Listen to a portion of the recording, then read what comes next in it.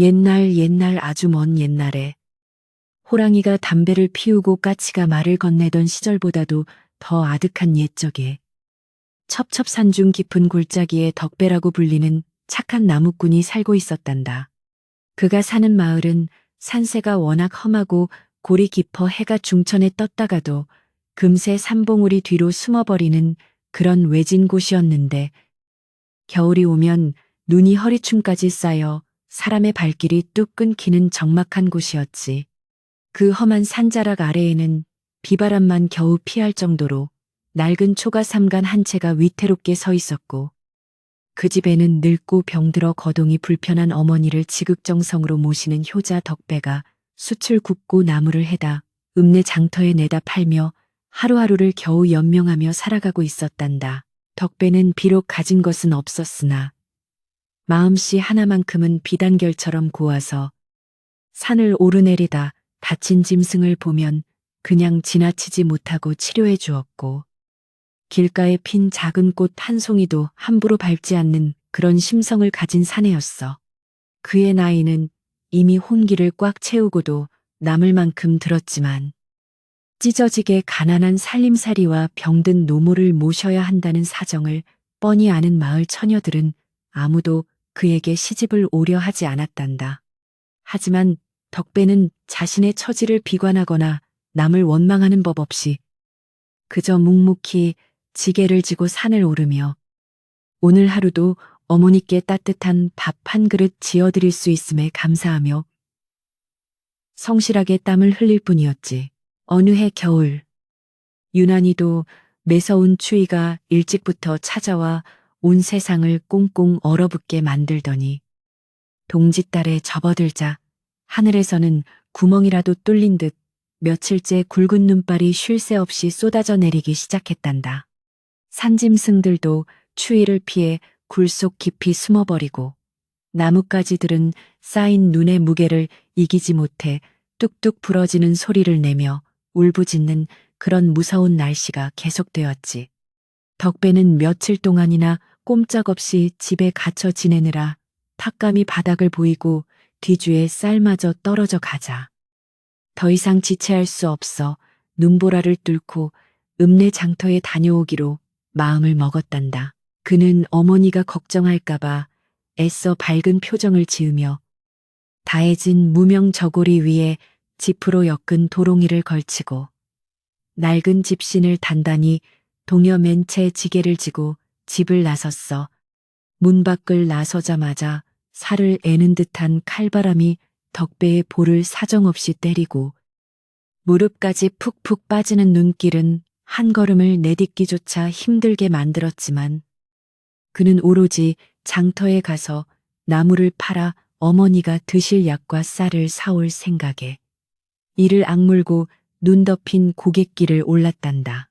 하얀 입김이 뿜어져 나와 수염에 고드름처럼 맺히고 손발은 감각이 없을 정도로 시려왔지만 그는 쉬지 않고 걷고 또 걸어 마침내 산 아래 읍내 장터에 도착할 수 있었지. 하지만 날씨가 워낙 험한 탓인지 장터에는 사람의 발길이 뜸했고 며칠 만에 겨우 가지고 나온 택감을 사려는 사람은 좀처럼 나타나지 않아 덕배는 발을 동동 구르며 애를 태워야만 했단다. 해는 벌써 서산으로 뉘엿뉘엿 넘어가며 땅거미가 지기 시작하는데 나무단은 여전히 지게 위에 그대로 남아 있었고 그의 마음은 시커멓게 타들어갔지. 다행히 장이 파할 무렵 마음씨 좋은 주막집 주인이 덕배의 사정을 딱하게 여겨 백감을 모두 사주었고 덕배는 그 돈으로 쌀 한 대와 어머니의 기침을 택게 할 도라지 몇 부리를 소중하게 품에 안고 다시 산길을 재촉할 수 있었단다. 돌아오는 길은 갈 때보다 더욱 험난했는데 이미 날은 어두워져 사방을 분간하기 어려운 데다 눈보라는 더욱 거세져 한 치 앞도 보이지 않을 지경이었기 때문이란다. 덕배는 익숙한 길이라 다행이라고 생각하며 더듬더듬 발길을 옮겼지만 윙윙거리며 몰아치는 바람 소리는 마치 귀신이 우는 소리처럼 들려 등골이 오싹해지기도 했어. 그는 품속에 넣은 쌀과 약재가 혹여나 젖을까봐 옷자락을 단단히 여미고 미끄러운 눈길에 넘어지지 않으려 온 신경을 발끝에 집중하며 조심스럽게 한 발 한 발을 내디디며 고개를 넘고 있었단다. 그렇게 한참을 걸어 고개의 마루턱에 거의 다다랐을 때 덕배의 눈에 길가 바위 아래 희미하게 무언가가 웅크리고 있는 듯한 검은 형체가 들어왔단다. 처음에는 눈이 쌓인 바위거나 짐승이 얼어 죽은 것인 줄 알고 그냥 지나치려 했으나 왠지 모를 기이한 느낌에 이끌려 가까이 다가가 보니 그것은 놀랍게도 사람의 형상을 하고 있었지. 덕배는 소스라치게 놀라며 급히 지게를 내려놓고 다가가 살펴보았는데 눈 속에 파묻혀 쓰러져 있는 사람은 다름 아닌 젊은 여인이었단다. 그 여인은 얇은 비단옷 한 벌만 걸친 채 쓰러져 있었는데 이미 의식을 잃은 지 오래된 듯 얼굴은 백지장처럼 하얗게 질려 있었고 입술은 파랗게 얼어붙어 있었지. 덕배가 떨리는 손으로 여인의 코 밑에 손가락을 대보니 가느다란 숨결이 미약하게나마 남아있어 아직 목숨이 끊어지지는 않은 상태였어. 이 깊은 산중, 그것도 눈보라가 치는 혹한의 날씨에 여인이 홀로 쓰러져 있다는 것이 도무지 믿기지 않았지만 덕배는 지금 당장 이 여인을 구하지 않으면 꼼짝없이 얼어 죽게 될 것이라는 생각에 앞뒤 재볼 겨를도 없이 서둘러야만 했단다. 덕배는 자신이 입고 있던 도롱이를 벗어 여인의 몸을 감싸주고 차갑게 식어버린 여인의 손을 자신의 투박하고 거친 손으로 주무르며 온기를 전하려 애를 썼단다. 이보시오. 정신 좀 차려보시오. 여기서 이러고 있으면 얼어 죽습니다. 라고 목청껏 소리쳐 보았지만 여인은 미동도 하지 않은 채 그저 가쁜 숨만 힘겹게 몰아쉴 뿐이었지. 덕배는 이대로 지체하다가는 자신도 위험해질 수 있다는 생각에 서둘러 여인을 들쳐업고 자신의 지게 위에 조심스럽게 앉힌 다음 끈으로 단단히 묶어 고정을 시켰어. 여인의 몸은 얼음장처럼 차가웠지만 덕배의 등에는 식은땀이 줄줄 흐를 만큼 무거웠고 눈길은 미끄러워 한 걸음 떼기가 천근만근 무거웠단다. 하지만 덕배는 자신의 등에 업힌 생명의 무게를 느끼며 이를 악물고 젖먹던 힘까지 짜내어 눈보라를 헤치고 산길을 내려오기 시작했지. 휘몰아치는 바람이 덕배의 몸을 거세게 밀어붙여 몇 번이나 비틀거리고 넘어질 뻔했지만 그는 그때마다 어머니가 기다리신다. 이 사람을 살려야 한다라고 속으로 되뇌며 지팡이로 땅을 힘차게 찍으며 버텼단다. 얼마나 걸었을까? 저 멀리 어둠 속에서 희미하게 깜박이는 불빛 하나가 덕배의 눈에 들어왔는데 그것은 세상 그 무엇보다 반가운 우리 집의 호롱불이었단다. 덕배는 안도의 한숨을 내쉬며 마지막 남은 힘을 다해 발걸음을 재촉했고 마침내 살인문 앞에 도착하여 털썩 주저앉듯 지게를 내려놓았어. 인기척을 들은 어머니가 방문을 열고 나오며 아이고, 우리 아들 이제야 오는구나. 눈길에 다치지는 않았느냐 하며 반갑게 맞이하다가 지게 위에 실린 낯선 여인을 보고는 화들짝 놀라며 물었단다. 이게 웬 사람이냐? 아니, 이 눈보라 속에 사람이 어찌. 어머니의 물음에 덕배는 가쁜 숨을 몰아쉬며 어머니, 오는 길에 고개 마루턱에서 쓰러져 있는 것을 얻고 왔습니다. 아직 숨이 붙어 있으니 어서 방으로 들이십시다. 라고 대답했지. 모자는 서둘러 여인을 안아들고 냉기가 가득한 마루를 지나 온기가 남아있는 작은 방 아랫목으로 옮겨 뉘었는데 방 안에 들어온 여인의 모습은 실로 처참하기 그지없어 보는 이의 혀를 차게 만들었단다. 비단옷은 곳곳이 찢기고 해져 있었고 고운 얼굴에는 생채기가 나 있었으며 버선도 신지 않은 맨발은 동상에 걸려 붉게 부어올라 있었지. 덕배의 어머니는 혀를 끌끌 차며 아이고, 기트, 귀한 집 자제 같은데 어쩌다 이 험한 꼴을 당했을꼬. 여보게, 어서 부엌에 가서 물부터 좀 데워오게.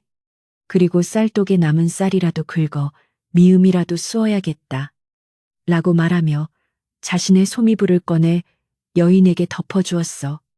덕배는 지친 몸을 이끌고 부엌으로 나가 아궁이에 불을 지피기 시작했는데 타닥타닥 타오르는 장작불 소리가 마치 얼어붙은 마음을 녹여주는 듯 했단다. 부엌 아궁이에서 활활 타오르는 불길을 보며 덕배는 솥에 물을 붓고 아까 장터에서 사온 쌀을 조금 덜어 정성스럽게 씻어 솥에 앉혔지.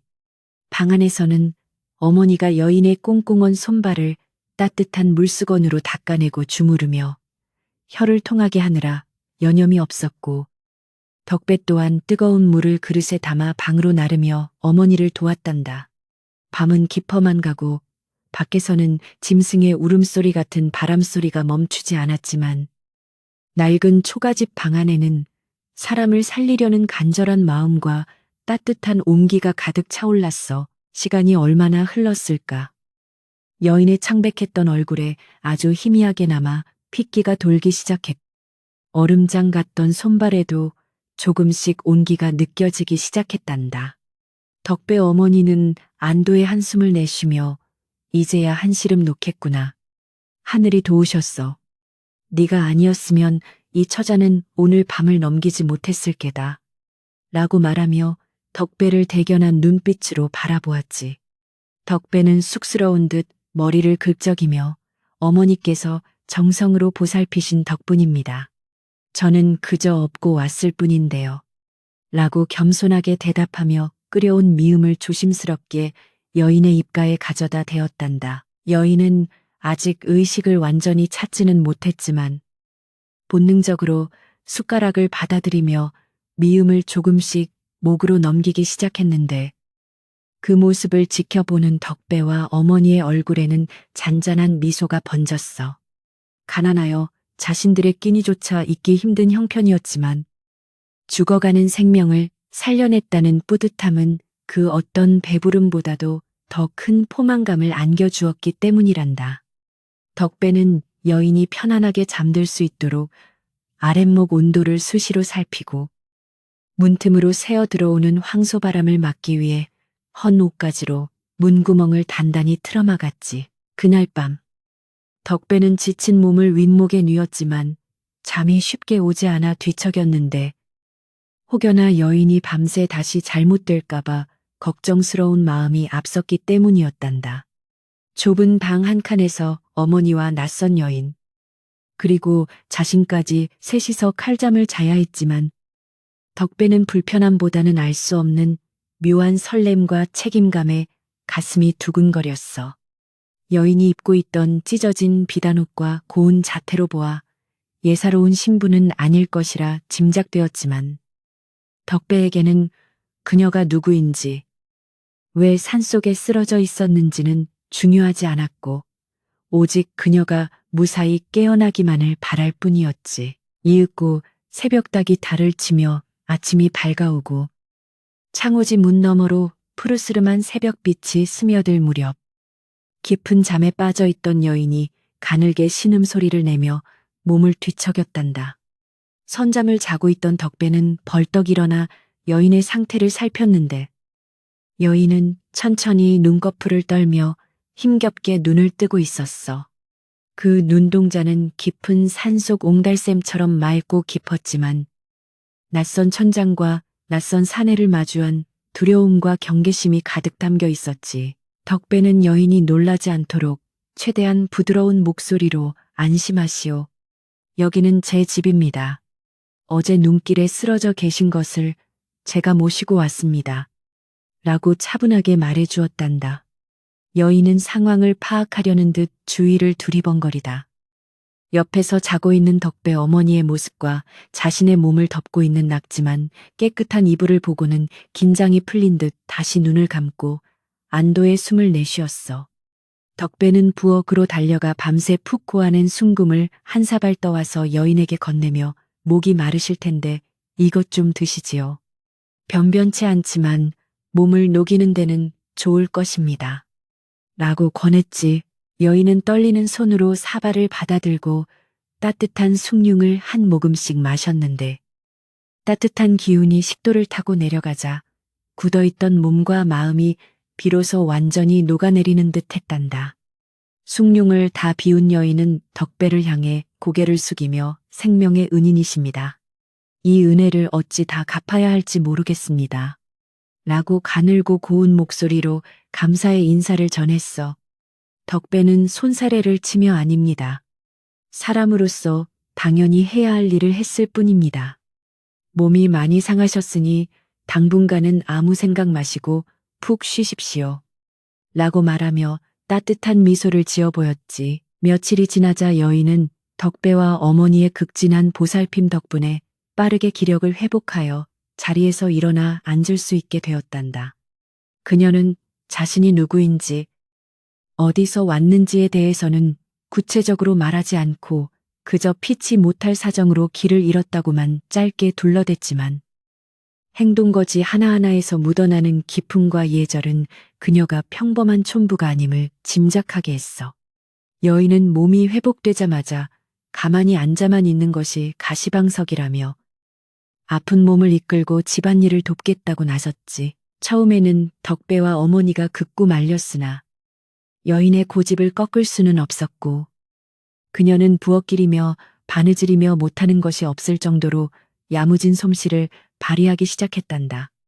칙칙하고 어수선했던 덕배의 초가집은 여인의 손길이 닿는 곳마다 윤기가 흐르고 정돈되어 갔으며 어머니의 해진 옷도 그녀의 바느질 솜씨로 새 옷처럼 말끔하게 기워졌어. 덕배는 산에서 돌아와 김이 모락모락 나는 따뜻한 밥상과 정갈해진 집안 풍경을 볼 때마다 마치 꿈을 꾸고 있는 듯한 행복감에 젖어들곤 했단다. 그렇게 추운 겨울이 지나고 처마 밑 고드름이 녹아 낙숫물이 떨어지는 봄이 찾아올 무렵 덕배의 집에는 웃음소리가 끊이지 않았고 세 사람 사이에는 가족 이상의 끈끈한 정이 싹트고 있었지. 하지만 호사다마라고 했던가 평화롭던 덕배의 집에 검은 그림자가 드리우기 시작한 것은 바로 마을에서 가장 욕심 많고 심술래끼로 소문난 최참봉이 이 사실을 알게 되면서부터였단다. 최참봉은 소장료를 거들어 마을을 돌아다니던 중 덕배의 집 앞을 지나다가 우연히 마당에서 나무를 다듬고 있는 여인의 모습을 보게 되었는데 그녀의 빼어난 미모를 보고 단번에 흑심을 품게 되었던 것이지. 겨울 바람이 꼬리를 감추고 산골짜기마다 향긋한 봄바람이 불어오기 시작하자 덕배의 낡은 초가집에도 따스한 봄 기운이 완연하게 깃들었단다. 겨우내 꽁꽁 얼어붙었던 개울물이 졸졸 흐르는 소리를 내며 대지를 깨우듯 이름 모를 여인의 손길은 덕배네 집안 구석구석을 생기로 가득 채우고 있었지. 여인은 이른 아침이면 마당에 나가 언 땅을 비집고 올라온 쑥이며 냉이를 캐어다가 구수한 된장국을 끓여냈는데 그 맛이 어찌나 일품인지 집 나갔던 입맛이 단번에 돌아올 정도였어. 덕배와 어머니는 여인이 차려준 정갈한 밥상을 받을 때마다 마치 임금님의 수라상이 부럽지 않다며 입이 마르도록 칭찬을 아끼지 않았단다. 여인의 부지런함은 부엌 길에만 머무르지 않았는데 겨우내 묵은 먼지를 털어내고 창호지를 새로 발라 방안을 환하게 밝혔으며 텃밭을 일구어 상추와 아욱씨를 뿌리는 등 잠시도 손을 놀리지 않았지. 덕배가 산에서 해온 나무를 장터에 내다 팔아 사온 광목천으로 여인은 밤늦도록 호롱불 아래서 바느질하여 덕배와 어머니에게 새 옷이나 다름없는 옷을 지어 입혔단다. 덕배는 난생 처음 입어보는 몸에 딱 맞는 옷을 입고 거울 앞에 서서 쑥스러움에 얼굴을 붉히면서도 입가에 번지는 미소를 감출 수가 없었어. 마을 사람들도 덕배의 달라진 행색과 혈색, 좋아진 얼굴을 보며 장가갈 때가 되더니 사람이 달라졌다며 덕담을 건네곤 했지. 덕배의 어머니 또한 여인의 극진한 봉양 덕분에 해소 기침이 잦아들고 거동이 한결 편해져서 지팡이를 짚고 마당을 거닐 수 있을 만큼 건강이 좋아졌단다. 어머니는 여인을 며느리처럼 때로는 딸처럼 여기며 네가 우리 집에 들어온 뒤로 복이 넝쿨째 굴러 들어온 것 같다며 고마워했고 여인 또한 어머니를 친어머니처럼 따르며 살갑게 대했지. 셋이서 깻마루에 둘러앉아 도란도란 이야기를 나누는 저녁 시간이면 덕배는 이 행복이 영원히 깨지지 않기를 마음속으로 간절히 빌고 또 빌었단다. 비록 가진 것은 없어도 서로를 위하는 마음만으로도 세상 그 누구보다 부자가 된 것 같은 기분이었기 때문이란다. 하지만 평화로운 호수에도 돌을 던지면 파문이 일듯 덕배네 집의 행복을 시기하는 검은 그림자가 서서히 다가오고 있었으니 그 장본인은 바로 마을의 유지 최참봉이었지. 최참봉은 대대로 물려받은 논밭이 많아 고을에서 제일 가는 부자였지만 욕심이 끝이 없고 남 잘 되는 꼴을 못 보는 심술나든 성미를 가진 위인이었단다. 그는 우연히 덕배네 마당에서 여인을 본 뒤로 밤잠을 설치며 상사병에 걸린 사람처럼 끙끙 앓았는데 천한 나무꾼 놈이 데리고 살기에는 여인의 미색이 너무나 아까웠기 때문이었지. 그는 어떻게든 여인을 자신의 집으로 데려와 수청을 들게 하거나 첩으로 삼을 궁리를 하며 음흉한 계략을 꾸미기 시작했단다. 최참봉은 우선 자신의 신복인 마름을 불러 마을 주막과 빨래터에 헛소문을 퍼뜨리라고 은밀하게 지시를 내렸단다. 덕배네 집에 굴러들어온 그 여자 말이야. 생김새가 예사롭지 않다더니 알고 보니 관아에서 수배 중인 도망 노비라더라. 아니야. 내가 듣기로는 양반집 교수인데 정을 통하던 머슴과 눈이 맞아 도망치다가 버림받은 환양년이라던데 하는 식의 터무니없는 낭설들이 꼬리에 꼬리를 물고 퍼져나갔지. 사람들의 입은 무쇠도 녹인다고. 처음에는 설마 그 얌전한 처자가 그럴 리가 있나 하며 고개를 젓던 마을 사람들도 하나둘씩 수군거리며 의심의 눈초리를 보내기 시작했단다. 이런 흉흉한 소문은 삽시간에 산골 마을 전체로 번져나갔고 결국 덕배의 귀에도 들어가게 되었는데 덕배는 기가 차고 억울하여 펄펄 뛰었지. 그는 마을 사람들을 붙잡고 그분은 그런 사람이 아닙니다. 하늘에서 내려온 선녀같이 고운 분입니다. 라고 항변했지만 한번 퍼진 의심은 쉽게 거두어지지 않았어. 오히려 사람들은 덕배가 여인에게 홀려서 사리 분별을 못한다며 혀를 찼고 덕배는 분하고 원통한 마음에 밤잠을 이루지 못하고 끙끙 앓았단다. 여인 또한 자신 때문에 덕배와 어머니가 곤란한 처지에 놓인 것을 알고는 남몰래 부엌구석에서 눈물을 훔치며 괴로워했지. 그러던 어느 날 마을에서 가장 나이가 많고 지혜롭기로 소문난 박노인이 덕배를 조용히 불러내어 심각한 표정으로 충고를 해주었단다. 박노인은 젊은 시절 한양을 오가며 세상 물정을 많이 겪은 분으로 마을의 대소사를 관장하며 사람들의 존경을 받는 어른이었지. 그는 덕배의 손을 꼭 잡으며 덕배야. 내 말을 허투루 듣지 말거라. 지금 마을에 도는 소문은 예사로운 것이 아니다. 필시 누군가 내 집에 있는 그 처자를 노리고 꾸민 짓이 분명하다. 특히 최참봉이 그 처자를 눈독 들이고 있다는 말이 들리니 각별히 조심해야 할 게다. 라고 나직하지만 힘있는 목소리로 일러주었어. 덕배는 박노인의 말에 등골이 서늘해지는 것을 느끼며 단순히 마을 사람들의 입방아가 아니라 누군가의 악의적인 계획일 수도 있다는 사실에 몸서리를 쳤단다. 박노인은 덧붙여 말하길 그 처자가 보통 사람이 아닌 것 같으니 당분간은 집 밖 출입을 삼가게 하고 문단속을 철저히 하거라. 그리고 만약 무슨 일이 생기거든 주저하지 말고 나를 찾아오너라. 라고 당부하며 덕배의 등을 다독여 주었지. 덕배는 박노인의 깊은 뜻에 감사하며 고개를 숙였고 집으로 돌아오는 발걸음은 천근만근 무거웠지만 마음만은 단단히 먹어야겠다고 다짐했단다. 박노인의 예언은 빗나가지 않았는데 며칠 뒤 최찬봉이 하인들을 대동하고 위세등등하게 덕변의 집 살인문을 박차고 들어왔기 때문이란다. 최찬봉은 뒷짐을 지고 거만하게 마당을 서성이며 이놈 덕배야, 네가 감히 관아의 허락도 없이 정체모를 계집을 숨겨주고 있다니. 이게 국법을 어기는 중죄인 줄 모르느냐. 라고 쩌렁쩌렁한 목소리로 호통을 쳤지. 평소 같으면 최찬봉의 그림자만 봐도 굽실거렸을 덕배였지만 이번만큼은 물러설 수 없다는 생각에 용기를 내어 앞을 가로막고 나섰단다. 나으리, 이분은 겨울에 길을 잃고 죽어가던 것을 제가 구해준 생명의 은인이나 다름없는 분입니다. 죄인이라니요. 당치도 않습니다. 하지만 최찬봉은 코웃음을 치며 내 놈이 미색에 홀려 정신을 못 차리는구나. 내 다 알아봤다. 그 계집은 주인집 폐물을 훔쳐 달아난 도망노비가 틀림없다.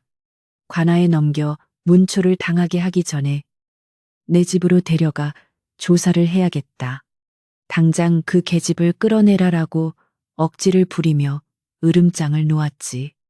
방 안에서 이 소란을 듣고 있던 여인과 어머니는 공포에 질려 서로를 부둥켜 안고 떨고 있었는데 여인은 덕배가 다칠까봐 밖으로 나가려 했으나 어머니가 필사적으로 옷자락을 붙잡고 말렸단다. 덕배는 방문 앞을 떡하니 막아서며 절대 그럴 수 없습니다. 제 목에 칼이 들어와도 이분은 못 내어 드립니다. 라고 결사적으로 맞섰어. 최찬봉의 하인들이 덕배를 밀치고 방으로 들이닥치려 하자 덕배는 지게 작대기를 집어들고 누구든 한 발자국만 더 들어오면 가만두지 않겠다 라고 소리치며 죽기 살기로 대항했단다. 평소 순하디 순한 덕배가 이토록 강경하게 나오자 최찬봉과 하인들도 잠시 주춤하며 기세가 꺾이는 듯했지. 최찬봉은 얼굴이 불그락푸르락해져서 내 이놈감이 양반에게 대들다니. 네가 정령곤장을 맡고 옥살이를 하고 싶은 게냐라며 길길이 날뛰었지만 동네 사람들이 하나둘씩 웅성거리며 모여들자 함부로 폭력을 휘두르기는 곤란하다고 판단했단다. 그는 분을 사귀지 못한 채 씩씩거리며 좋다. 오늘은 이만 물러가지만 내일 날이 밝는 대로 관아에 고발하여 포졸들을 끌고 올 것이다. 그때는 내 놈도 무사하지 못할 줄 알아라. 라고 협박을 남기고는 뱅돌아서 나갔지. 최찬봉이 사라지고 난 뒤에도 덕배는 한참 동안이나 지게 작대기를 손에 쥔 채 부들부들 떨고 있었는데 긴장이 풀리자 다리에 힘이 풀려 그 자리에 주저앉고 말았단다. 방 안에 있던 여인은 뛰쳐나와 덕배의 손을 잡고 하염없이 눈물을 흘리며 저 때문에 이런 험한 꼴을 당하시다니요. 제가 떠나야 합니다.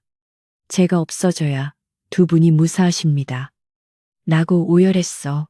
덕배는 여인의 어깨를 감싸 안으며 단호하게 고개를 저었단다. 아닙니다. 낭자께서 가시면 저 늑대 같은 놈에게 잡혀 험한 꼴을 당하실 게 뻔합니다.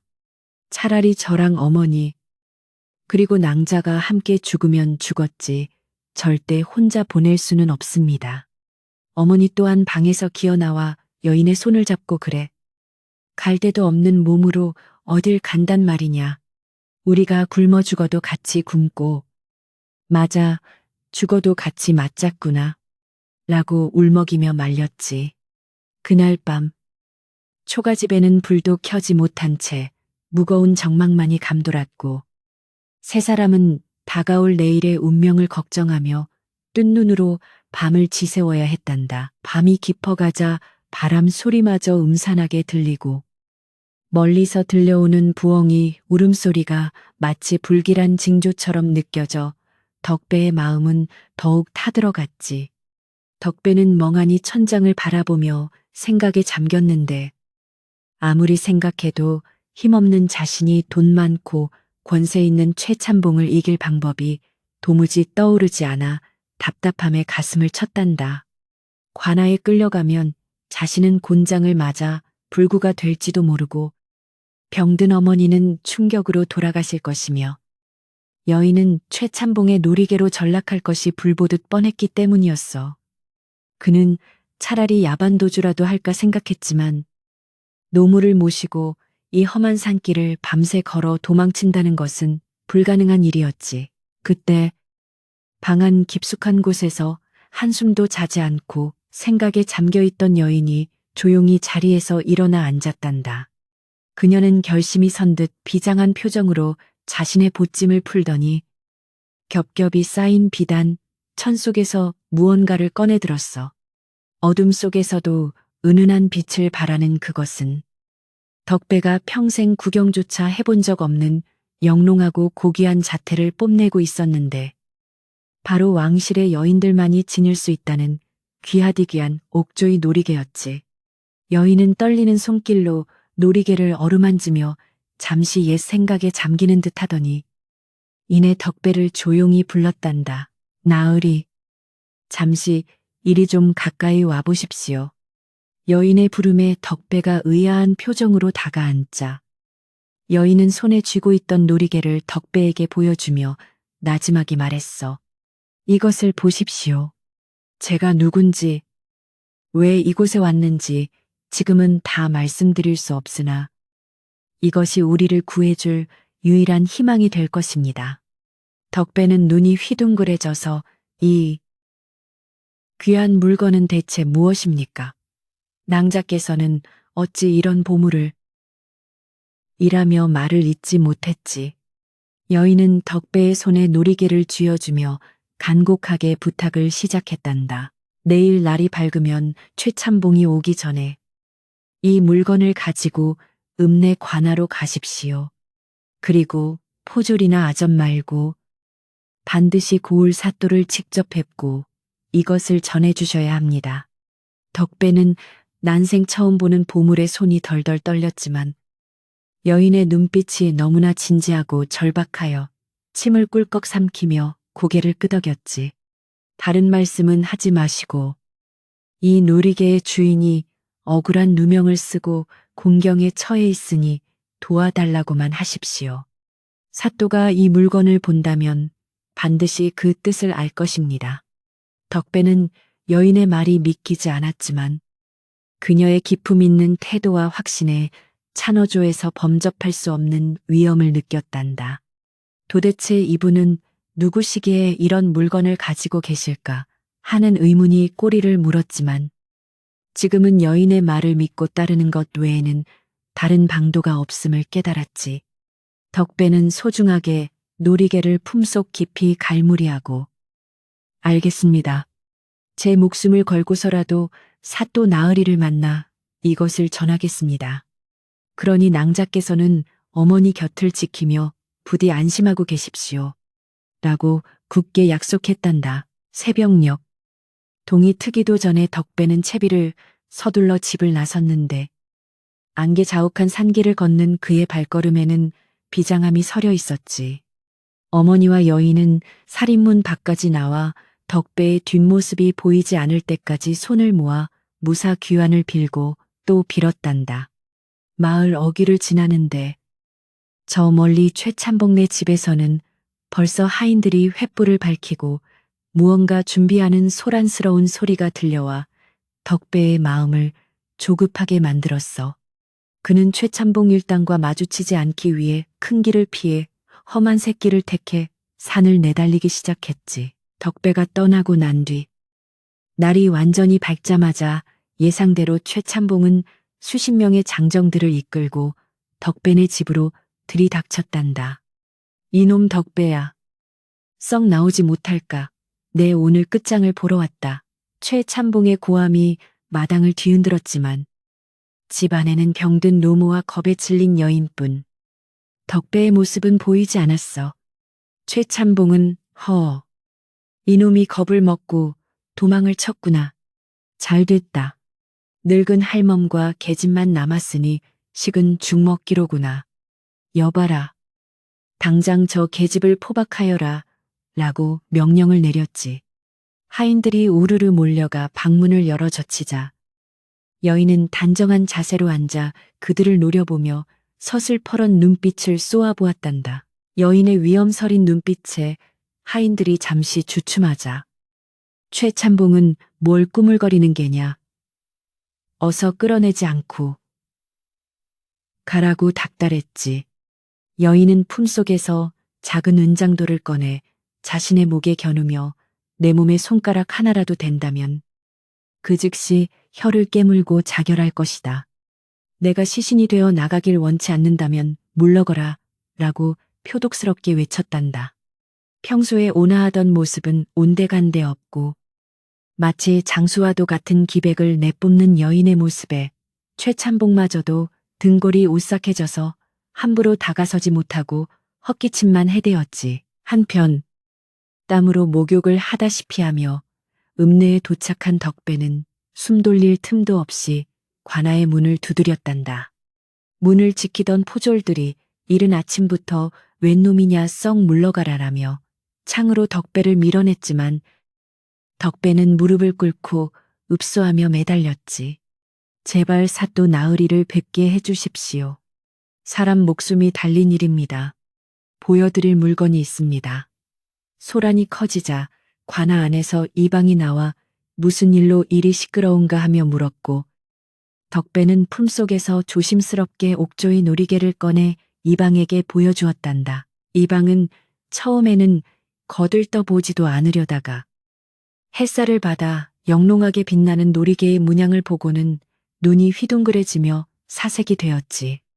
그것은 감히 일반 백성은 소지할 수도 만져볼 수도 없는 왕실의 문장이 선명하게 새겨진 물건이었기 때문이란다. 이방은 떨리는 손으로 놀이개를 받아 들고는 자. 잠시만 기다리게. 내 곧 사또께 고하겠네. 라고 말을 더듬으며 허둥지둥 안으로 뛰어들어갔어. 잠시 후 관아의 대문이 활짝 열리며 관복을 제대로 갖춰 입지도 못한 사또가 버선발로 뛰어나와 덕배 앞에 넙죽 엎드리는 믿지 못할 광경이 벌어졌단다. 사또가 버선발로 뛰어나와 덕배 앞에 넙죽 엎드리자 관아 안뜰에 있던 모든 이방과 포졸들은 두 눈을 의심하며 숨을 죽였단다. 천하를 호령하던 고을 수령이 일개 나무꾼 앞에 머리를 조아리고 있으니 이것이 꿈인지 생시인지 분간할 수 없을 지경이었지. 사또는 흑빛이 된 얼굴로 땀을 비오듯 흘리며 덕배가 건넨 놀이개를 두 손으로 받들어 모시고는 떨리는 목소리로 물었어. 이 귀한 물건을 어디서 얻으셨습니까? 이 놀이개는 내탕고에서 하사받은 왕실의 지밀한 물건으로 며칠 전 행방불명되신 공주자가께서 지니고 계시던 것입니다. 사또의 외침에 관아 안은 찬물을 끼얹은 듯 정적이 감돌았고 덕배는 그제야 자신이 구해준 여인이 짐작보다 훨씬 더 높고 귀한 분임을 깨닫고 다리에 힘이 풀려 주저앉을 뻔했단다. 덕배는 놀란 가슴을 진정시키며 겨울 산속에서 쓰러진 여인을 구하게 된 자초지종을 하나도 빠짐없이 사또에게 고하였단다. 소인이 땔감을 팔고 돌아오던 길에 눈 속에 파묻힌 분을 구하여 집에서 모시고 있었습니다. 그분께서 최찬봉이라는 자가 들이닥쳐 곤경에 처하자 이 물건을 사또께 전하라 하셨습니다. 덕배의 말이 끝나기가 무섭게 사또는 대경실색하며 벌떡 일어났지. 뭐라 감히 공주 자가께서 계신 곳을 일개 토호 따위가 침범하여 행패를 부리고 있단 말이냐. 여봐라, 당장 관아의 모든 병력을 소집하라. 그리고 가장 편안하고 빠른 가마를 대령하라. 내 당장 그곳으로 가서 자가님을 배워야겠다. 사또의 호령이 떨어지자 관아는 벌집을 쑤신 듯 요란해졌단다. 관아의 포졸들이 창과 육모 방망이를 들고 집결하고 마구 간에서는 날랜 말들이 끌려 나왔으며 사또가 탈가마와 공주를 모실 화려한 덩굴 가마가 순식간에 준비되었지. 사또는 관복을 단정히 할 새도 없이 가끔만 대충 메고는 덕배에게 길잡이를 부탁하며 말에 올랐단다. 자네가 앞장서게. 만약 자가님 털끝 하나라도 다치는 날에는 우리 모두 목숨을 부지하기 어려울 것이다. 어서 가자. 수십 명의 관군이 뽀얀 먼지를 일으키며 관아문을 박차고 나가자. 장터에 있던 사람들은 전쟁이라도 난 줄 알고 혼비백산하여 길을 비켰고, 덕배는 포졸의 호의를 받으며 자신이 살던 산골 마을을 향해 내달리기 시작했단다. 그의 마음속에는 오로지 어머니와 여인이 무사하기만을 바라는 간절한 기도가 가득했지. 한편 덕배가 떠난 뒤 산골 오두막의 상황은 일촉즉발의 위기로 치닫고 있었단다. 최참봉은 여인이 은장도를 목에 겨누고 저항하자 잠시 주춤했지만 시간이 지날수록 초조함과 분노가 치밀어 올랐지. 그는 저 계집이 굶어서 기운이 빠질 때까지 기다려라. 어차피 도간에 든 쥐다. 라고 으름장을 놓으며 하인들에게 집 주위를 포위하게 했어. 해가 중천에 뜨고 덕배가 돌아올 기미가 보이지 않자 최참봉은 덕배가 도망쳤다고 확신하며 비열한 미소를 지었단다. 보아라. 그놈은 제 목숨 하나 살리겠다고 늙은 어미와 너를 버리고 도망친 것이다. 그러니 헛된 희망 버리고 순순히 내 말을 듣는 게 좋을 것이다. 여인은 최참봉의 이간질에도 눈 하나 깜짝하지 않고 그분은 그런 분이 아니다. 반드시 약속을 지키러 돌아오실 것이다. 라고 단호하게 말하며 자세를 흐트리지 않았지. 하지만 옆에 있던 덕배의 어머니는 아들이 정말 잘못된 것은 아닐까 하는 걱정과 공포에 사로잡혀 하염없이 눈물만 흘리고 있었어. 최참봉은 지루해졌는지 하인들에게 눈짓을 보내며 더 이상은 못 기다리겠다. 멍석을 말아서라도 끌고 나와라. 은장도는 뺏어버리고 반항하면 기절을 시켜서라도 업고 가겠다라고 소리쳤단다. 하인들이 다시 몽둥이를 들고 마루로 성큼성큼 다가오자 여인은 은장도를 쥔 손에 힘을 주며 최후의 순간을 준비했지. 바로 그때 늙은 어머니가 엉금엉금 기어나와 최참봉의 바짓가랑이를 붙잡고 애원했단다. 나으리, 제발 자비를 베풀어 주십시오. 저 처자는 몸이 약해 건드리면 부러질 것 같습니다. 차라리 늙은 저를 데려가 종으로 부려먹으시고 저 처자는 놓아주십시오. 어머니의 절규에도 아랑곳하지 않고 최참봉은 매정하게 발길질을 하며 에이, 재수없게 늙은이가 어디서 감이라며 어머니를 마당 구석으로 내동댕이 쳤지. 어머니가 비명을 지르며 쓰러지자 여인은 어머니하고 외치며 캔마루 아래로 뛰어내려가 어머니를 감싸 안았단다. 이 순간을 놓치지 않고 하인들이 달려들어 여인의 팔을 꺾고 은장도를 빼앗아 버렸어. 하하하, 이제야 내 손안에 들어왔구나. 진작에 이럴 것이지. 최참봉은 의기양양하게 웃으며 쓰러진 여인과 어머니를 내려다 보았단다. 여인은 머리카락이 헝클어지고 옷고름이 뜯겨진 채로도 고개를 꼿꼿이 들고 최참봉을 노려보았는데 그 눈빛이 어찌나 매서운지 하인들조차 섬뜩함을 느꼈지. 네, 이놈. 하늘이 두렵지 않으냐. 내 오늘 겪은 치욕을 반드시 갚아줄 것이다. 여인의 호통에 최참봉은 콧방귀를 뀌며 네가 무슨 수로 관아에 가면 네가 도둑년이라는 것을 내 증명해 보일 테니 두고 보아라.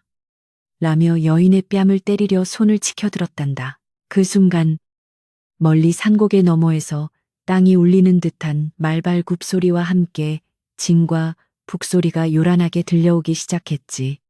산새들이 놀라 푸드덕 날아오르고 고요하던 산골 마을에 낯선 긴장감이 감돌았어. 최참봉과 하인들은 하던 짓을 멈추고 소리가 나는 쪽을 바라보았는데 마을 어귀를 돌아 들어오는 수십 개의 깃발과 번쩍이는 창검들이 햇빛을 받아 눈부시게 빛나고 있었단다.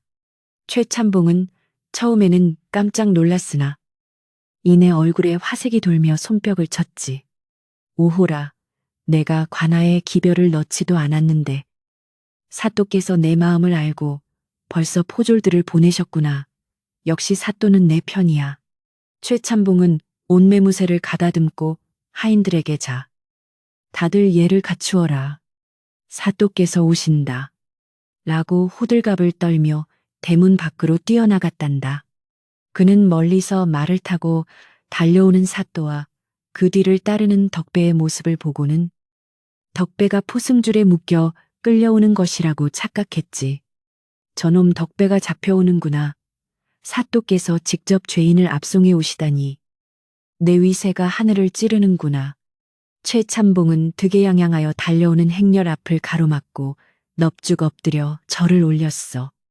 사또 나으리 먼 곳까지 왕림해 주시다니 황공하옵니다. 저 흉악한 도둑년과 그 일당을 소인이 딱 잡아두고 있었습니다. 하지만 말에서 내린 사또는 최참봉에게 눈길조차 주지 않고 그를 거칠게 밀치며 지나쳐버렸단다. 최참봉이 아니, 나으리 저 여기 있습니다. 최참봉입니다. 라고 당황하여 소리쳤지만 사또는 뒤도 돌아보지 않고 곧장 마당 안으로 뛰어들어갔지. 사또의 뒤를 따라 들어온 관군들은 순식간에 마당을 에워싸고 최참봉의 하인들에게 창끝을 겨누며 무기를 버리고 꿇어앉아라. 꼼짝하면 베어버리겠다라고 서슬퍼런 명령을 내렸어.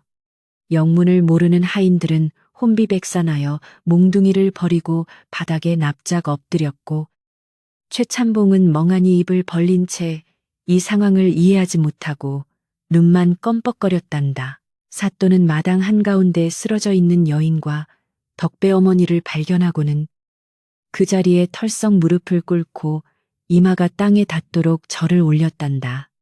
자가님 소신이 너무 늦게 와서 죽을 죄를 지었습니다. 용안을 뵙고도 알아보지 못하고 이런 험한 곳에서 옥체를 상하게 하였으니 소신을 차명에 처해 주시옵소서. 사또의 울부짖는 듯한 목소리가 마당에 울려 퍼지자 최참봉의 얼굴은 백지장처럼 하얗게 질리다 못해 푸르게 변해버렸지. 자가님이라니 그것은 왕실의 가족을 부를 때나 쓰는 극존칭이 아니던가. 최참봉은 다리가 후들거려서 있을 수조차 없게 되어 그 자리에 주저앉고 말았단다. 여인은 흐트러진 옷매무새를 고치지 않은 채 천천히 몸을 일으켜 앉았는데 그 모습에서 뿜어져 나오는 위엄은 방금 전까지 핍박받던 아낙네의 모습이 아니었어. 그녀는 차갑게 가라앉은 목소리로 사또를 향해 말했단다. 일어서세요. 그대의 죄가 아닙니다. 다만 내 백성을 돌봐야 할 지방관의 치하에서 이런 무도한 일이 벌어지고 있다는 것은 참으로 통탄할 일이군요. 여인의 한마디 한마디는 마치 서리발처럼 날카로워 듣는 이들의 가슴을 서늘하게 했지.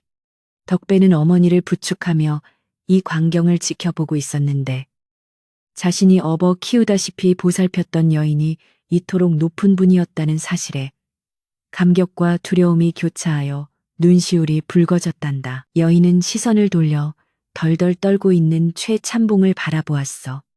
네가 바로 최참봉이라는 자냐? 여인의 물음에 최참봉은 아이고 공주 마마소. 소인은 정말 몰랐습니다. 죽을 죄를 지었습니다. 한 번만 살려주십시오. 라며 땅에 머리를 놓으시며 애걸복걸했지. 하지만 여인은 싸늘한 표정으로 몰랐다면 죄가 없어지는 것이냐. 너는 힘없는 백성을 핍박하고 타인의 재물을 탐하였으며 심지어 늙은 노인을 폭행하는 폐륜을 저질렀다. 내 신분을 떠나서라도 네 죄는 용서받을 수 없는 악행이다. 라고 꾸짖었단다. 그리고는 사또에게 명을 내렸어. 저 자와 그 하인들을 당장 포박하여 관하로 압송하라. 그리고 국법에 따라 엄중히 다스려 다시는 이런 일이 재발하지 않도록 하라. 예 분부 받들겠나이다. 사또의 명령이 떨어지자 포졸들이 달려들러 최참봉을 굴비 엮듯 묶어버렸지. 최참봉은 끌려가면서도 덕배야, 나 좀 살려다오. 우리 사이에 이러면 안 되지라며 추태를 부렸지만 덕배는 그저 싸늘한 눈빛으로 그를 바라볼 뿐이었단다. 마을 사람들도 담장 너머로 이 광경을 지켜보며 아이고 10년 묵은 체증이 내려가는 구먼. 권세 믿고 까불더니 꼴 좋다. 라며 혀를 찼지. 최참봉 일당이 끌려나가고 마당이 정리되자 여인은 비로소 표정을 풀고 덕배와 어머니에게 다가왔어. 그녀는 멍이 든 어머니의 손을 잡고 눈물을 흘리며 사과했단다. 어르신, 저 때문에 이런 봉변을 당하게 해드려 정말 죄송합니다. 그리고 덕배 나으리의 용기와 지혜 덕분에 제가 살았습니다. 이 은혜는 죽어서도 잊지 못할 것입니다. 덕배 어머니는 아이고, 마마, 당치 않습니다. 무사하셔서 천만다행입니다. 라며 황송해했고, 덕배는 낭자. 아니, 공주 자가님, 저희는 그저 할 일을 했을 뿐입니다. 라며 고개를 숙였지. 하지만 공주는 고개를 저으며, 아닙니다. 두 분은 저에게 생명의 은인이자 진정한 가족이었습니다. 궁으로 돌아가더라도 이곳에서의 따뜻한 기억은 평생 잊지 못할 것입니다. 라고 진심을 담아 말했단다. 사또는 미리 준비해온 화려한 비단옷과 가마를 대령하며 공주에게 환복하시기를 권했어. 덕배의 좁은 방에서 공주는 낡은 무명옷을 벗고 왕실의 기품이 흐르는 비단 당의로 갈아입었지. 문이 열리고 공주가 화려한 복색을 갖추고 나오자 마치 하늘에서 선녀가 내려온 듯 눈부신 자태의 덕배와 마을. 사람들은 숨조차 크게 쉴 수 없었단다. 하지만 그 화려한 옷을 입고도 공주는 덕배 어머니를 꼭 안아주며 몸 좀 추스르시고 계십시오. 내 곧 사람을 보내 두 분을 모시러 오겠습니다. 라고 약속했어. 덕배에게도 다가와 지그시 눈을 맞추며 잠시만 기다려주세요. 우리는 곧 다시 만날 것입니다. 라는 알 수 없는 말을 남기고 가마에 올랐지. 화려한 행렬이 마을을 빠져나가고 다시 고요해진 산골 오두막에는 덕배와 어머니만 덩그러니 남게 되었단다. 꿈 같았던 소동이 지나가고 나니 마당은 텅 빈 것 같고 가슴 한구석이 뻥 뚫린 듯한 허전함이 밀려왔지. 덕배는 공주가 떠난 길을 하염없이 바라보며 그녀가 남기고 간 말의 의미를 되새겨 보았어. 다시 만날 것이라는 그 약속이 과연 이루어질 수 있을까? 신분의 벽이 하늘과 땅처럼 높은데 과연 가난한 나무꾼과 나라의 공주가 다시 만날 수 있을까? 덕배는 고개를 저으며 현실로 돌아오려 애썼지만 봄바람에 실려오는 꽃향기처럼 그녀의 옮기는 집안 곳곳에 여전히 배어 있어 쉽게 잊힐 것 같지 않았단다. 그날 저녁 마을 사람들은 덕배네 집으로 몰려와 덕배가 왕실의 귀인을 구했다더라. 이제 덕배는 팔자를 고쳤네 하며 야단법석을 떨었지만 덕배는 귀에 아무 말도 들어오지 않았지. 그는 부엌 아궁이 앞에 앉아 타오르는 불꽃을 바라보며 지난 겨울 눈 속에서 그녀를 업고 오던 그 밤을 떠올렸어. 그녀가 차려주던 소박한 밥상. 셋이서 도란도란 나누던 이야기들. 비록 비단옷을 입은 공주님이었지만 덕배에게는 그저 따뜻한 밥 한 끼를 함께 나누고 싶었던 소중한 사람일 뿐이었지. 밤이 깊도록 덕배는 잠을 이루지 못하고 뒤척이며 그녀가 떠난 빈자리를 가슴 아프게 느껴야만 했단다. 며칠 후 덕배네 집에 한양에서 온 전령이 도착했는데 그는 임금님의 교지가 담긴 두루마리를 가지고 있었지. 마을 사람들은 또 무슨 일이 났나 싶어 구름처럼 몰려들었고 덕배는 떨리는 마음으로 전령 앞에 섰어. 전령은 목청을 가다듬고 교지를 읽어 내려갔는데 그 내용은 실로 놀라운 것이었단다. 덕배와 그 어머니를 한양 궁궐로 초청한다는 내용과 함께 덕배에게 큰 상을 내리겠다는 임금님의 말씀이 적혀 있었던 거야. 사람들은 환호성을 질렀지만 덕배는 기쁨보다는 두려움과 설렘이 뒤섞인 묘한 감정에 휩싸였지.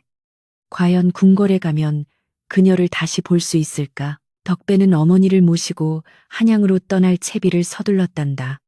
평생 산골을 벗어나 본 적 없는 두 사람에게 한양길은 두렵고 낯선 여정이었지만 공주가 보낸 가마와 호위 무사들이 편안하게 길을 안내해 주었지.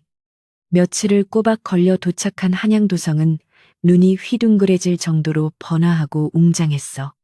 거대한 기와집들과 수많은 사람들, 그리고 하늘을 찌를 듯 솟아있는 궁궐의 모습에 덕배와 어머니는 입을 다물지 못했단다. 궁궐 문을 들어서자 화려한 의복을 입은 내관들이 그들을 맞이하여 별궁으로 안내했지. 그곳에는 꿈에도 그리던 공주가 더욱 아름답고 건강한 모습으로 그들을 기다리고 있었단다.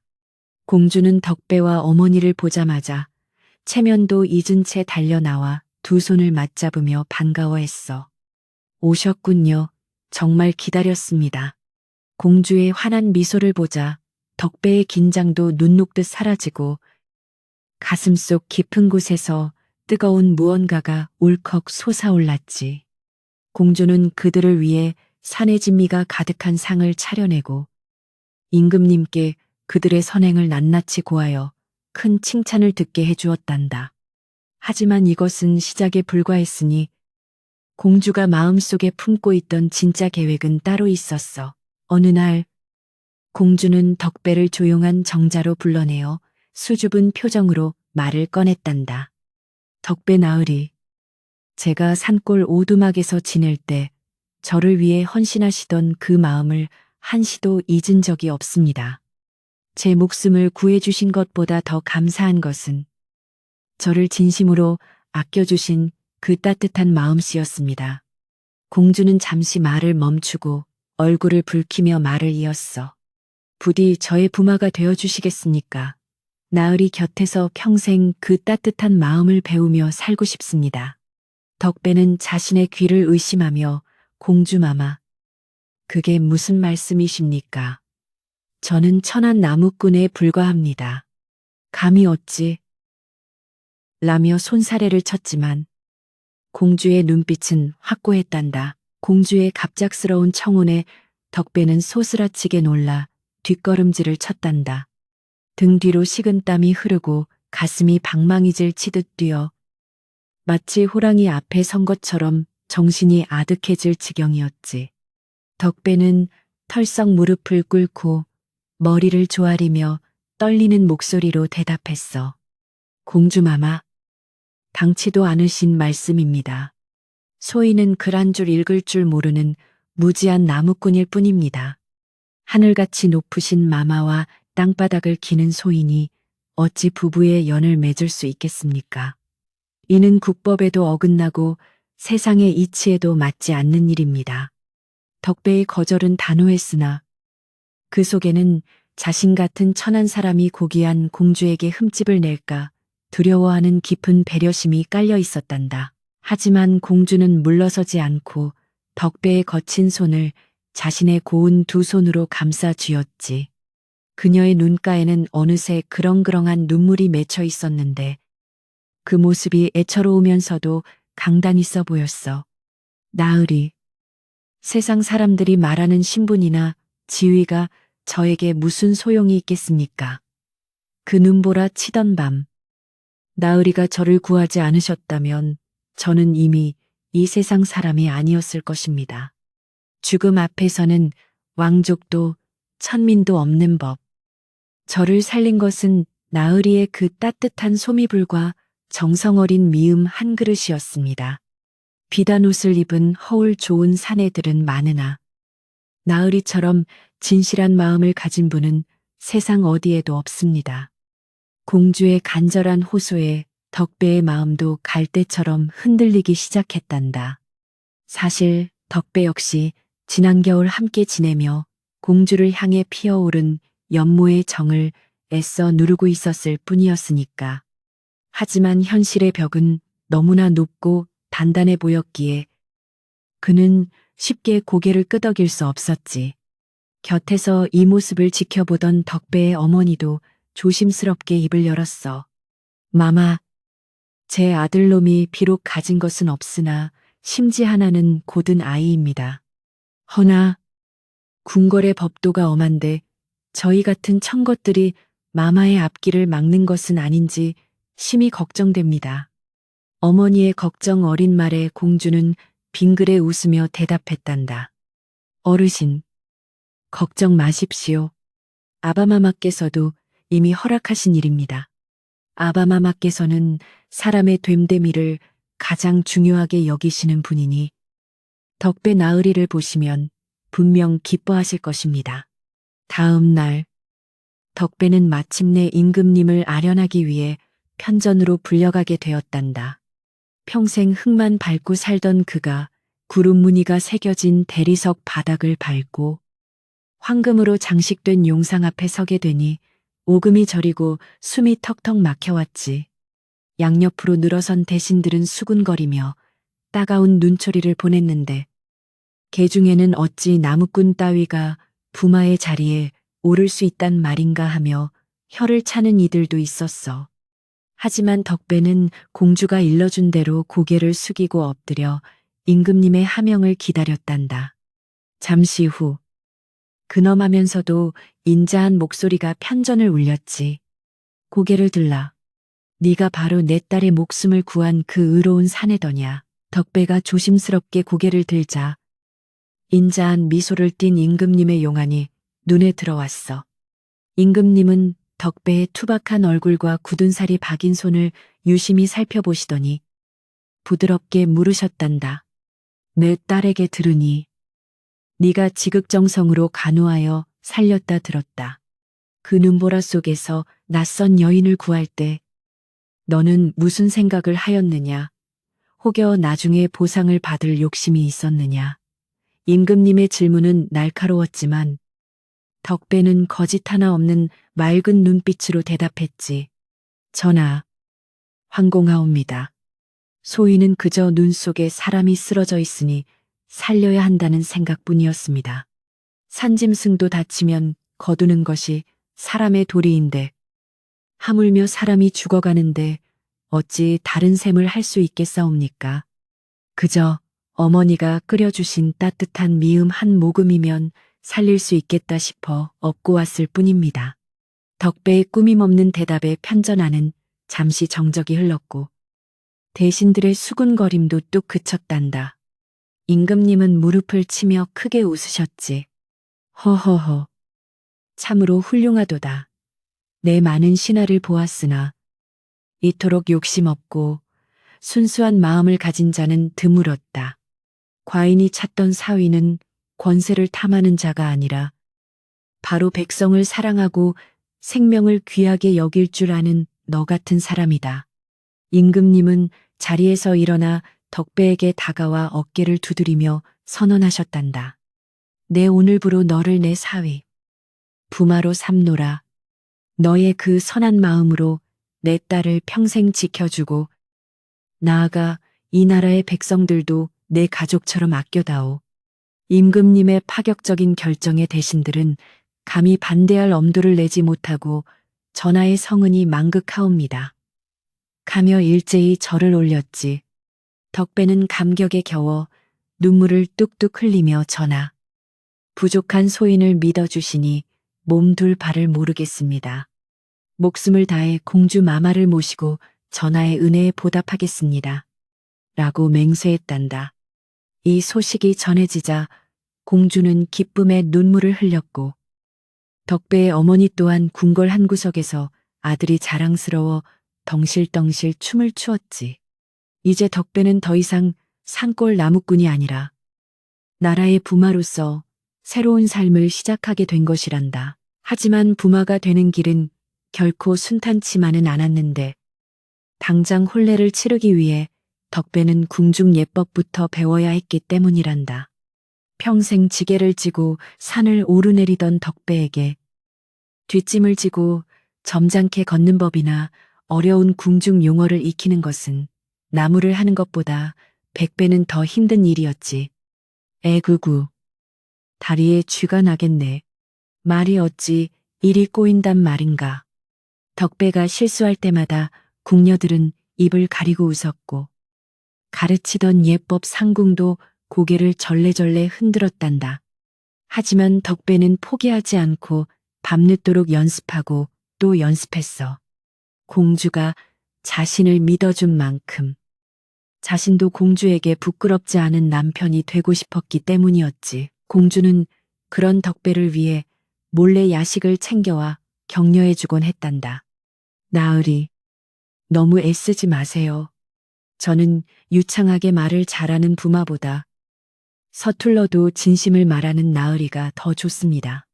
공주의 따뜻한 말 한마디는 덕배에게 그 어떤 보약보다 큰 힘이 되었고, 덕배는 며칠 밤을 새워가며 노력한 끝에 마침내 그럴듯한 양반의 태를 갖추게 되었지. 비단 도포를 입고 사무관대를 쓴 덕배가 거울 앞에 섰을 때 그 모습은 영락없는 귀공자 같아서 어머니조차 우리 아들이 맞느냐 하며 놀라 입을 다물지 못했단다. 드디어 온 나라가 떠들썩하게 혼례식이 거행되는 날이 밝았단다. 궁궐 마당에는 오색만장이 휘날리고 악공들이 연주하는 풍악소리가 하늘 높이 울려 퍼졌지.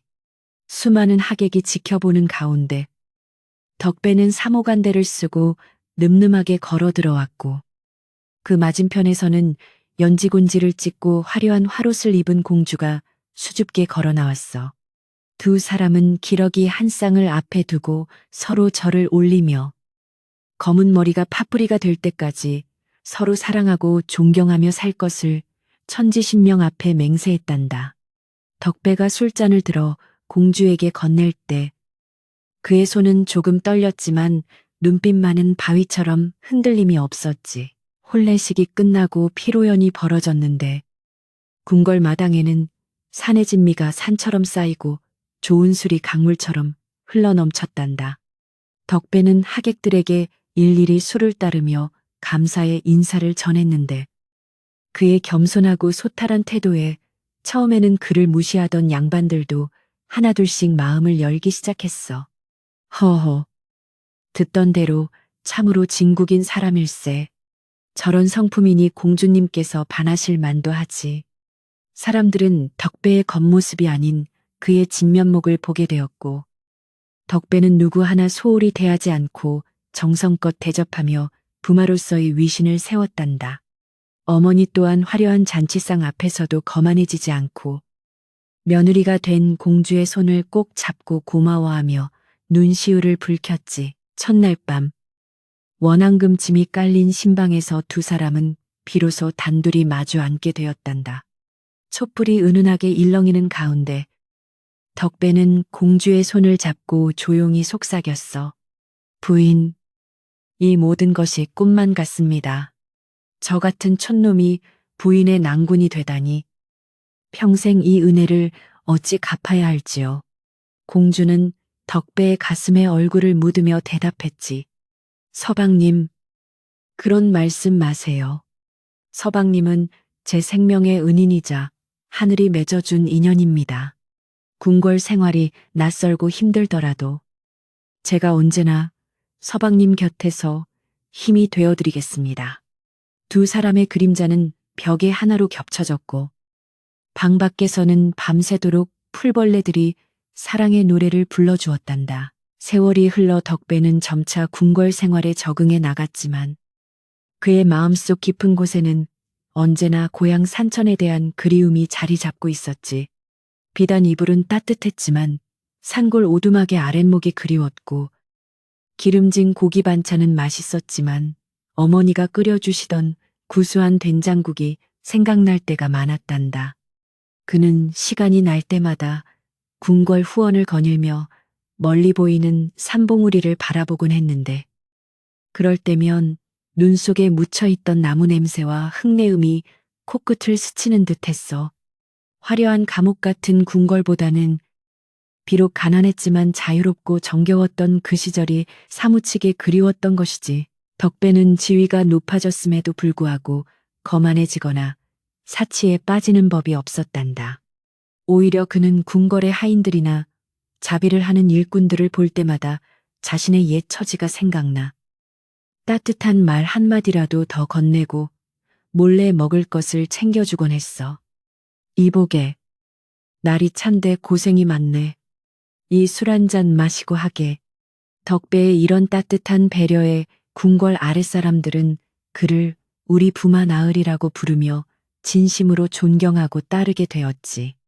최참봉같이 힘없는 자를 짓밟던 자들과는 달리 덕배는 자신이 가진 힘을 약한 자를 돌보는데 사용했던 것이란다. 공주 또한 그런 덕배의 마음을 누구보다 잘 알고 있었기에 어느 날 조용히 덕배에게 다가와 물었단다. 서방님, 요새 통 입맛도 없으시고 먼 산만 바라보시니 제 마음이 편치 않습니다. 혹시 고향 생각이 나시는지요? 덕배는 씁쓸하게 웃으며 고개를 끄덕였지. 부인, 솔직히 말씀드리면 그렇습니다. 이곳 생활은 과분하게 편안하지만 왠지 모르게 몸에 맞지 않는 옷을 입은 것처럼 답답할 때가 있습니다. 산바람을 맞으며 땀 흘려 나무를 하던 그때가, 그리고 우리 셋이 오순도순 살던 그 작은 초가집이 문득문득 그립습니다. 공주는 덕배의 손을 꼭 잡으며 부드럽게 말했어. 저도 그렇습니다. 서방님, 비단옷보다 서방님이 지어주신 무명옷이 더 편했고, 수라상보다 서방님과 함께 먹던 보리밥이 더 맛있었습니다. 우리가 비록 몸은 이곳에 있지만 마음은 언제나 그 산골 마을에 머물러 있는가 봅니다. 공주의 깊은 이해심에 덕배는 큰 위로를 받았고 두 사람은 서로를 마주보며 빙긋이 웃었단다. 그리고 공주는 무언가 결심한 듯 눈을 반짝이며 제안했지. 서방님, 우리 날이 조금 더 풀리면 아바마마께 청을 드려 잠시 그곳에 다녀오십시다. 가서 옛집도 둘러보고 마을 분들에게 인사도 드리고요. 덕배의 얼굴이 보름달처럼 환해졌단다. 정말 그래도 되겠습니까? 부인께서 불편하지 않으시겠습니까? 공주는 고개를 저으며 불편하다니요. 그곳은 우리의 추억이 깃든 소중한 곳인걸요. 그리고 어머님께서도 고향 친구분들이 보고 싶으실 테니 겸사겸사 다녀오는 것이 좋겠습니다. 라고 말했지. 덕배는 공주가 너무나 고맙고 사랑스러워 와라 끌어안고 싶었지만 체면을 생각하여 꾹 참고 대신 그녀의 손등에 따뜻한 입맞춤을 건넸단다. 그렇게 두 사람은 다시 돌아갈 고향 방문을 꿈꾸며 궁궐에서의 하루하루를 버텨낼 힘을 얻게 되었지. 한편 궁궐 밖 세상에서는 덕배의 이야기가 전설처럼 퍼져나가고 있었단다. 산골 나무꾼이 공주님을 구해 부마가 되었다네. 착하게 살면 복을 받는다는 말이 헛말이 아니었어. 사람들은 덕배의 이야기를 하며 희망을 품었고 아이들은 덕배를 흉내내며 나무꾼 놀이를 하기도 했지. 심지어 최참봉이 벌을 받고 쫓겨난 마을에는 새로운 사또가 부임하여 선정을 베풀고 있었는데 그는 덕배의 이야기를 귀감으로 삼아 백성들을 내 가족처럼 돌보겠다고 공언했단다. 덕배가 뿌린 선한 씨앗이 온 나라에 퍼져 아름다운 꽃을 피우고 있었던 셈이지. 어느 날 밤 덕배는 잠든 공주의 얼굴을 물끄러미 바라보다가 조용히 방문을 열고 캔마루로 나갔단다. 휘영청 밝은 달이 궁궐의 기와지붕을 은은하게 비추고 있었는데 그 달은 예전 산골 오두막 위로 뜨던 그 달과 똑같은 모양이었지. 덕배는 달을 향해 두 손을 모으고 나지막이 기도했어. 달님, 제게 이런 과분한 행복을 주셔서 감사합니다. 하지만 부디 제가 처음에 그 마음을 잃지 않게 해주십시오. 비단옷에 취해 가난한 이웃을 잊지 않게 하시고 높은 자리에 취해 낮은 곳을 외면하지 않게 해주십시오. 바람이 불어와 덕배의 옷자락을 살며시 흔들고 지나갔는데 마치 산신령님이 오냐. 네 마음이 갸륵하구나. 라고 대답해 주는 것만 같았단다. 덕배는 가슴 한구석이 따뜻해짐을 느끼며 다시 방으로 들어왔고 잠든 공주의 곁에 누워 오랜만에 편안한 잠을 청할 수 있었지. 꿈속에서 그는 다시 지게를 지고 산을 오르고 있었는데 그 발걸음은 깃털처럼 가볍고 콧노래가 절로 나올 만큼 즐거웠단다. 산 정상에 오르자 저 아래 조그만 초가집에서 어머니와 공주가 손을 흔들며 그를 기다리고 있었고 덕배는 그들을 향해 힘차게 달려갔지. 이제 이야기는 마지막을 향해 흘러가는데 부귀 영화를 다 누릴 수 있는 부마 덕배가 과연 화려한 궁궐 생활을 뒤로하고 다시 그 소박한 산골로 돌아갈 수 있을지, 그리고 그곳에서 진정한 행복의 의미를 찾을 수 있을지 궁금하지 않으냐. 비단옷을 입은 나무꾼과 무명옷을 입은 공주의 진짜 이야기는 어쩌면 지금부터가 시작일지도 모른단다. 세월이 흘러 어느덧 산과 들의 단풍이 울긋불긋 물드는 가을이 깊어가고 궁궐 후원에도 낙엽이 하나둘 쌓이기 시작할 무렵이었단다. 덕배와 공주는 마침내 임금님께 고향 방문을 허락받게 되었는데 임금님께서는 그들의 효심과 초심을 잃지 않으려는 갸륵한 마음을 높이 사시며 흔쾌히 다녀오라 하명하셨지. 임금님은 떠나는 두 사람에게 백성의 삶을 가장 낮은 곳에서 다시 한번 살피고 오라. 그것이 훗날 나라를 이끌어갈 큰 밑거름이 될 것이다. 라는 덕담을 건네시며 화려한 행차 대신 조촐하지만 품위 있는 행렬을 꾸려주셨단다.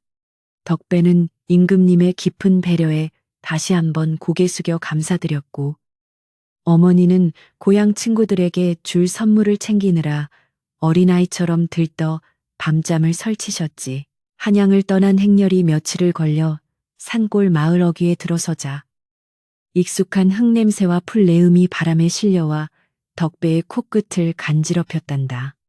황금빛으로 물든 들판에서는 농부들이 추수의 한창이었고 맑은 개울물 소리는 예전과 다름없이 정겹게 흐르고 있어 마치 어제 떠났다가 오늘 돌아온 듯한 착각이 들 정도였어.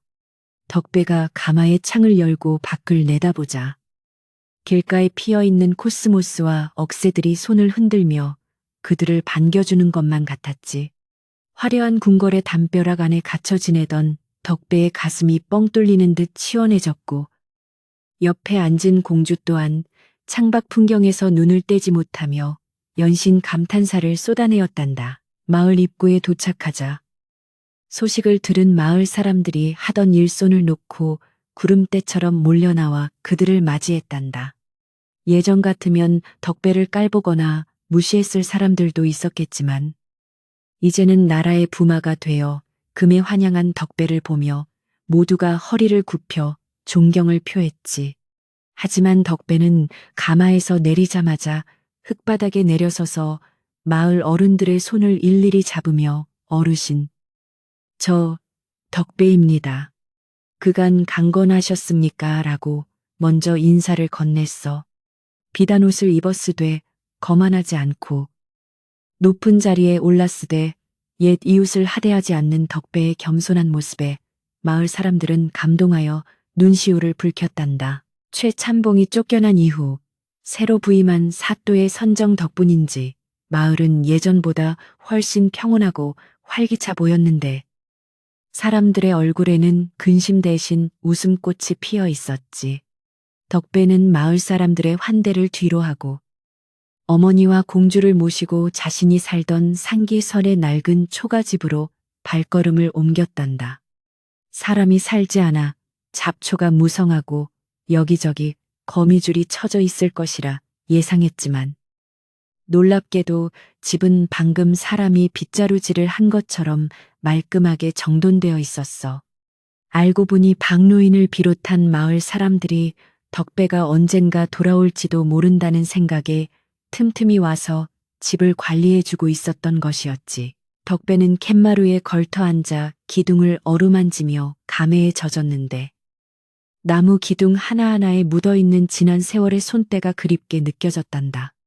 찌그러진 부엌 문짝, 그을음이 앉은 처마, 그리고 마당 한 구석에 놓인 깨진 장독 뚜껑까지. 모든 것이 가난했지만 행복했던 그 시절의 이야기를 들려주는 듯했어. 공주 역시 화려한 궁궐보다 이 작고 초라한 오두막이 더 마음이 놓인다며 신발을 벗고 맨발로 마당을 밟아보았지. 그녀는 서방님, 이곳에 오니 비로소 숨이 제대로 쉬어지는 것 같습니다. 흙냄새가 이토록 향기로운 줄 예전에는 미처 몰랐습니다. 라고 말하며 해맑게 웃었단다. 짐을 푼 뒤 공주는 수행해온 상궁과 나인들을 모두 마을 회관으로 보내쉬게 하고 오직 덕배와 어머니 그리고 자신만이 오두막에 남도록 했단다. 그리고는 가져온 비단옷을 벗어 곱게 개어놓고 예전에 이 집에서 입었던 무명 저고리와 치마로 갈아입었지. 덕배 또한 관복을 벗고 낡고 해진. 그러나 몸에 익숙한 삼배옷으로 갈아입었는데 두 사람은 서로의 모습을 바라보며 이제야 제 옷을 입은 것 같습니다. 라며 마주 보고 깔깔 웃었어. 거치레를 벗어던지니 마음의 벽도 사라지고 두 사람은 다시 그 눈보라치던 겨울밤의 순박한 나무꾼과 여인으로 돌아간 기분이었단다. 어머니, 오늘은 제가 솜씨를 좀 부려보겠습니다. 가만히 계세요. 공주는 팔을 걷어붙이고 부엌으로 들어가 쌀독을 열었지만 쌀독은 텅 비어 있었지. 덕배는 헛웃음을 지으며 부인, 쌀이 없는데 어찌 밥을 짓습니까? 제가 얼른 마을에 가서 좀 얻어오리다. 라고 말하며 지게를 지고 나설 채비를 했단다. 그때 마침 살인문 밖에서 인기척이 들리더니 옆집 순인의 아주머니가 머리에 광주리를 이고 들어왔어. 부마 나으리 오셨다는 소식 듣고 변변찮지만 보리쌀이랑 풋고추 좀 챙겨왔습니다. 입에 맞으실지 모르겠습니다. 라며 수줍게 내밀었지. 순인의 아주머니뿐만 아니라 마을 사람들은 십시일반으로 콩나물이며 두부, 호박잎, 된장 같은 식재료들을 가져와 마당에 쌓아놓고 갔단다. 그들은 높으신 분들이라 이런 거 안 드실 텐데. 라고 걱정하면서도 덕배가 옛날 맛을 그리워할 것이라며 정성껏 챙겨온 것이었지. 덕배와 공주는 산의 진미보다 더 귀한 이웃들의 정성에 가슴이 뭉클해져서 몇 번이고 고개를 숙여 감사를 표했어. 공주는 받아온 보리쌀을 바가지에 담아 우물가로 가서 씻기 시작했는데 찬물에 손을 담그고 쌀을 문지르는 소리가 경쾌한 음악 소리처럼 들렸단다. 덕배는 마당 한 구석에 쌓여있던 장작을 패어 아궁이에 불을 지피기 시작했는데 오랜만에 해보는 도끼질이라 처음에는 어색했지만 이내 손에 익어 쩍 소리를 내며 나무가 쪼개졌지. 아궁이 속에 마른 솔갈비를 넣고 불을 붙이자 매캐하면서도 구수한 연기 냄새가 피어오르며 온 집안을 감쌌단다. 타닥타닥 타오르는 불꽃을 보며 덕배는 불멍을 때리듯 잠시 생각에 잠겼는데 이 불꽃이야말로 차가웠던 공주의 몸을 녹이고 얼어붙었던 자신의 운명까지 녹여준 생명의 불꽃이라는 생각이 들었어. 어느새 해가 뉘엿뉘엿 서산으로 넘어가고 굴뚝에서는 하얀 연기가 모락모락 피어오르며 저녁밥 짓는 냄새가 온 마을에 퍼져나갔단다. 공주는 보글보글 끓는 된장찌개에 두부를 숭덩숭덩 썰어 넣고 텃밭에서 갓 따온 호박잎을 찜통에 쪄내었지. 궁궐 수라간의 최고 상궁들도 흉내낼 수 없는 소박하지만 깊은 맛이 우러나는 시골 밥상이 차려지고 있었어. 덕배 어머니는 탄마루에 앉아 며느리가 요리하는 뒷모습을 흐뭇하게 바라보며 내가 며느리 복 하나는 타고났지. 그렇고 말고 라며 혼잣말을 중얼거리셨단다. 드디어 다리가 부러질 듯한 12첩 반상이 아닌 작은 소반 위에 보리밥과 된장찌개 그리고 몇 가지 나물 반찬이 놓인 저녁상이 차려졌단다. 셋은 좁은 방에 옹기종기 모여 앉았는데 무릎이 닿을 만큼 가까운 거리에서 서로의 온기를 느낄 수 있었지. 덕배가 먼저 숟가락을 들고 국물을 한 모금 떠먹어 보더니 눈을 지그시 감고 탄성을 질렀어. 바로 이 맛입니다. 임금님 수라상에 올라오는 고기국보다 100배, 아니 1000배는 더 구수하고 시원합니다. 덕배의 호들갑에 공주도 수줍게 웃으며 밥을 한술 떴단다. 까끌까끌한 보리밥 알이 입안에서 굴러다니고 짭조름한 강된장이 혀끝을 자극하자 공주의 입가에도 행복한 미소가 번졌지. 정말 그렇습니다. 서방님, 궁궐에서는 밥을 먹어도 늘 체한 듯 답답했는데 여기서는 꿀떡꿀떡 잘도 넘어갑니다. 이게 바로 고향의 맛이고 정성의 맛인가 봅니다. 셋은 서로 밥 위에 반찬을 올려주며 별다를 것 없는 반찬 하나에도 까르르 웃음을 터뜨렸단다. 화려한 조명도 악공들의 연주도 없었지만 문틈으로 들려오는 귀뚜라미 울음소리와 바람소리가 그 어떤 음악보다 아름다운 배경음악이 되어주었지. 식사를 마치고 덕배는 숭늉 그릇을 들고 칸마루로 나와 밤하늘을 올려다보았는데 서울에서는 볼 수 없었던 쏟아질 듯한 별들이 머리 위에서 반짝이고 있었단다. 공주도 덕배의 곁에 다가와 앉으며 덕배의 어깨에 머리를 기대었지. 서방님, 저 별들을 보니 우리가 처음 만났던 그날 밤이 생각납니다. 그때는 춥고 무서워서 저 별들이 저승사자의 눈처럼 보였는데 지금은 우리를 축복해주는 등불처럼 보입니다. 공주의 말에 덕배는 고개를 끄덕이며 그녀의 손을 꼭 잡았어. 부인, 저는 오늘 깨달았습니다. 제가 부마가 되고 비단 옷을 입었다 하여 행복해진 것이 아니라 부인과 어머니, 그리고 이렇게 마음 편히 밥 한 끼 나눌 수 있는 시간이 있기에 행복하다는 것을요. 만약 제가 다시 나무꾼으로 돌아간다 해도 부인만 곁에 있다면 저는 세상에서 제일 가는 부자일 것입니다. 덕배의 진심 어린 고백에 공주는 감동하여 눈물을 글썽였단다. 저도 마찬가지입니다. 서방님, 높은 담벼락 안의 공주보다 서방님의 아내로 사는 지금이 훨씬 더 값지고 소중합니다. 우리 이 마음 변치 말고 평생 서로를 아끼며 살아가요. 두 사람은 밤이 깊도록 도란도란 이야기를 나누며 앞으로 어떻게 살아가야 할지에 대해 깊은 대화를 나누었단다. 그들은 단순히 자신들의 안위만을 생각하는 것이 아니라 자신들이 받은 사랑과 복을 어떻게 하면 가난하고 힘든 백성들에게 나누어 줄 수 있을지 고민했지. 서방님, 우리가 한양으로 돌아가면 굶주리는 아이들을 위한 구율소를 더 늘리도록 아바마마께 청을 드립시다. 공주의 제안에 덕배는 무릎을 치며 찬성했어. 좋은 생각입니다. 그리고 산골에 사는 노인들이 겨울을 따뜻하게 날 수 있도록 곶감을 지원하는 일도 제가 맡아서 하겠습니다.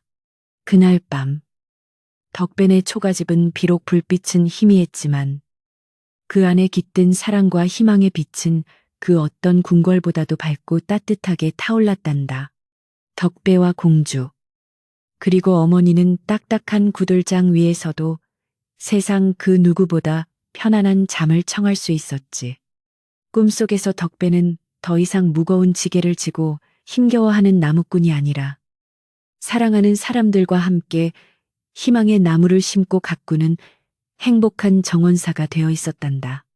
잠든 그들의 얼굴에는 근심 걱정 하나 없는 평온한 미소가 어린아이처럼 맑게 피어 있었지. 다음 날 아침, 덕배와 공주는 다시 궁궐로 돌아갈 채비를 마쳤는데 올 때와는 달리 발걸음이 한결 가볍고 힘차 보였단다. 떠나기 전 덕배는 마을 어귀에 있는 늙은 느티나무 아래서 마을 사람들에게 큰절을 올리며 약속했어.